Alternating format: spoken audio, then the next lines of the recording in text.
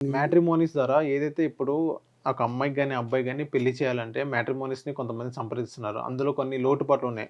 ఉన్నాయి లేనట్టుగా, లేనివి ఉన్నట్టుగా. ఇంకోటేంటంటే సెకండ్ మ్యారేజ్ చేస్తున్నారు. అది కాకపోతే అక్కడ ఫస్ట్ మ్యారేజ్ అని చెప్తారు. కాకపోతే వెనక నుంచి సెకండ్ మ్యారేజ్ అని మనం మనం కూడా వింటున్నాం న్యూస్‌లో చాలా వింటున్నాం. సో, ఇలాంటోళ్ళకి మీరు ఏం చెప్తారు ఏం చెప్తారు? నేనేమంటున్నా సార్, ఇప్పుడు మ్యాట్రిమోనీ ద్వారా ఒకప్పుడు పెళ్ళిళ్ళు కుదరాలు చూస్తే తెలిసిన వాళ్ళ ద్వారా తెలుసుకొని ఆ సంబంధాలు ఒక బ్యాక్గ్రౌండ్ తెలుసుకొని తెలుసుకున్న ద్వారా పెళ్ళిళ్ళు చేసేవాళ్ళు.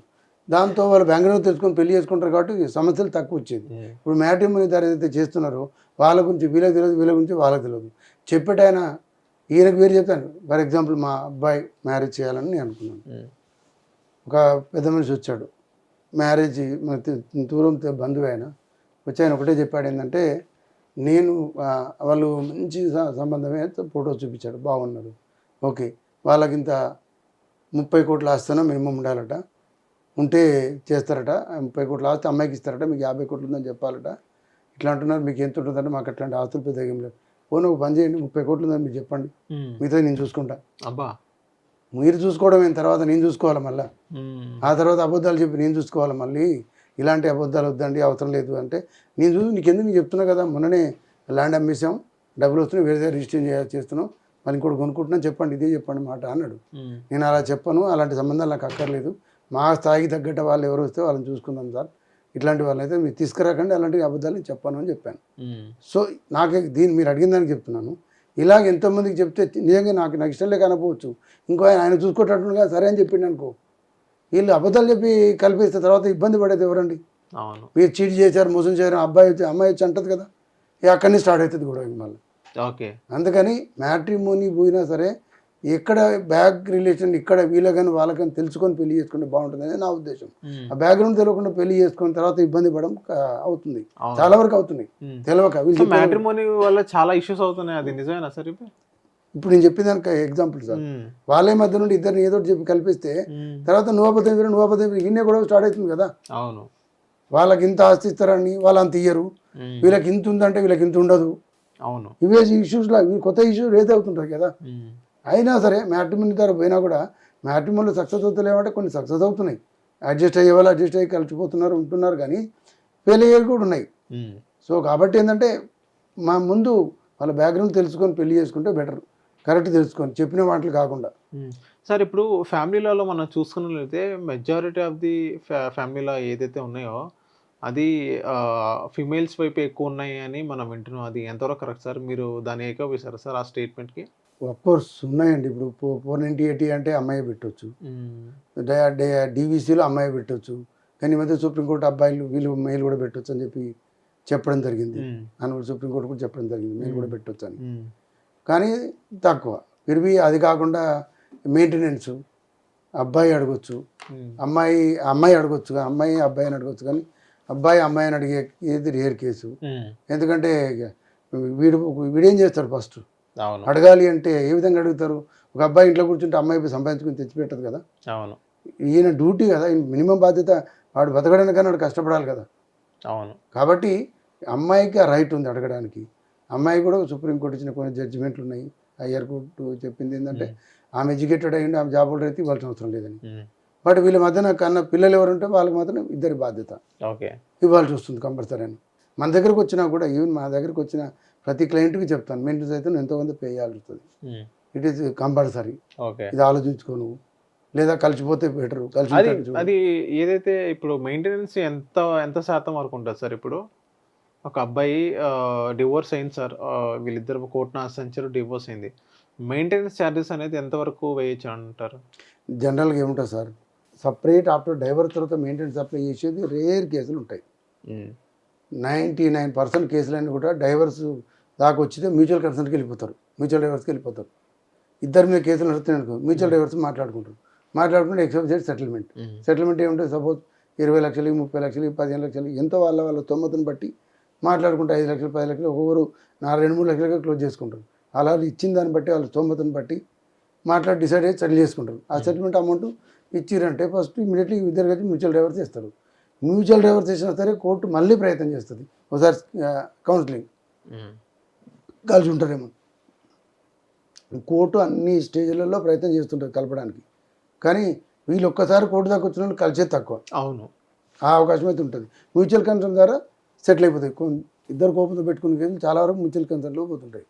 వాళ్ళు కలవలేరు, ఇంకా ఇద్దరి మధ్య ఈగో పెరిగిపోతుంది ఇంకా ఎక్కువ.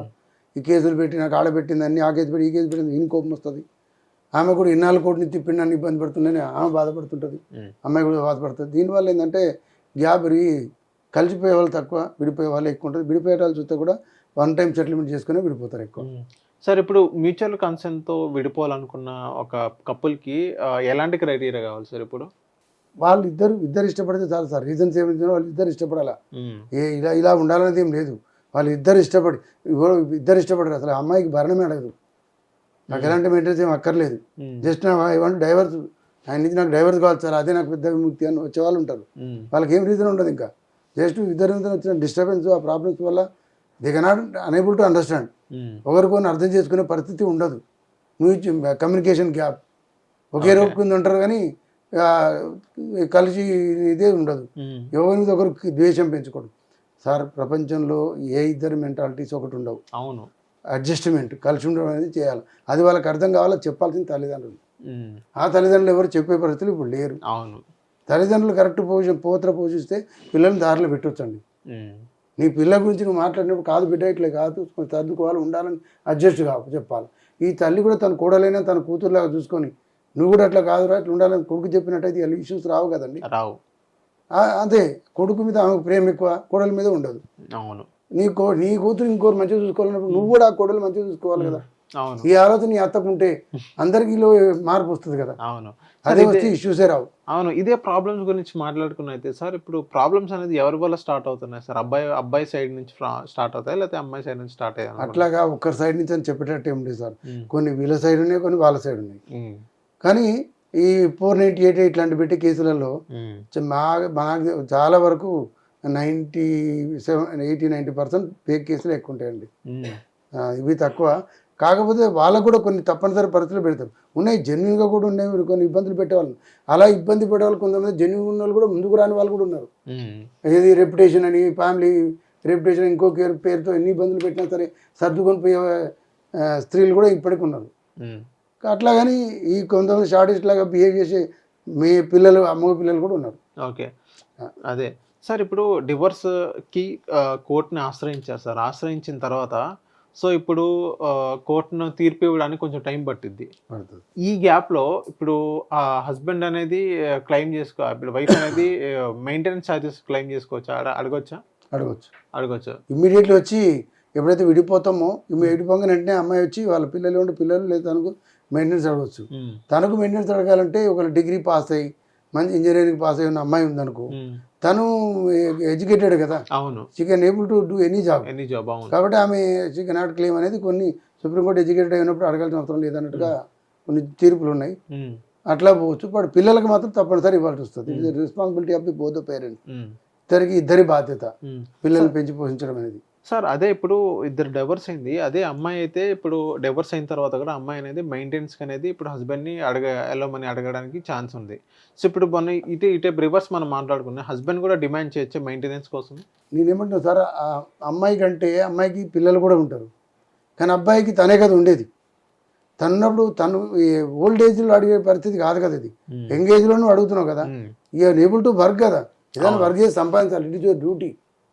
అవును, bound to maintain your children and family అనేది మన చట్టం కదా. బౌండ్ టు మెయింటైన్ అన్నప్పుడు మెయింటైన్ చేయాల్సిన బాధ్యత నీకు ఉన్నప్పుడు నువ్వు అడిగే స్టేజ్లో ఎక్కడ ఉంటావు? మేము ఇంట్లో పడుకో నాకు మెయింటెనెన్స్ కావాలంటే ఇయ్యరు కదా. అవును, సపోజ్ అమ్మాయి కష్టపడి పనిచేస్తుంది, ఈయనకి హెల్త్ బాగలేకనో ఈయన హెల్త్ ప్రాబ్లం ఇష్యూస్ ఉండవు, లేవలేని కండిషన్ ఉంటే అట్లాంటి కండిషన్ అడగడం న్యాయమే, అడగొచ్చు. కానీ మోస్ట్ ఆఫ్ దెమ్ ఆ పరిస్థితి ఎవరికి ఉండదు.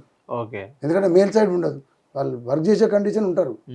వర్క్ చేసి వదిలిపెట్టి ఇంట్లో పండుకుంటా నాకు మెయింటెనెన్స్ ఇవ్వనంటే కోర్టును అడగలేం కదా. అవును, ఆమెను అడగలేము. ఆమె వర్క్ చేయగలుగుతాను, నువ్వేం చేయలేకపోతావు, నువ్వు కూడా చేయాలి కదా. అవును, అది సార్. ఇప్పుడు ఇద్దరు కపుల్ అనేది డివోర్స్ తీసుకున్నారు. డివోర్స్ తీసుకున్న తర్వాత వీళ్ళు తీసుకున్న తర్వాత మళ్ళీ ఇతర ఏ కారణాల వల్ల కానీ వీళ్ళిద్దరు మళ్ళీ పెళ్లి చేసుకోవాలని అటు పెద్దలు కానీ వెళ్ళి నిర్ణయిస్తే మళ్ళీ వీళ్ళిద్దరు పెళ్లి చేసుకోవచ్చా? చట్ట ప్రకారం పెళ్లి చేసుకోవచ్చు.